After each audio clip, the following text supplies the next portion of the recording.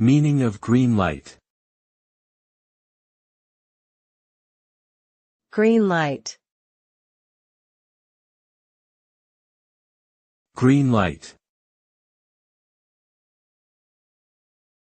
Green light. Green light. The phrase green light typically refers to a signal or permission to proceed with something.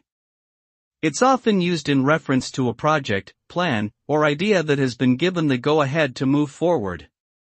The green light can come from a boss, supervisor, or someone else in a position of authority who approves of the proposed action.